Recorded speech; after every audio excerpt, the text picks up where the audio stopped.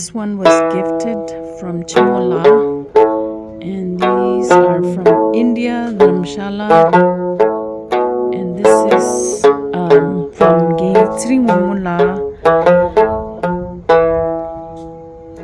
We have to do some rework. We did, and this is the final outcome.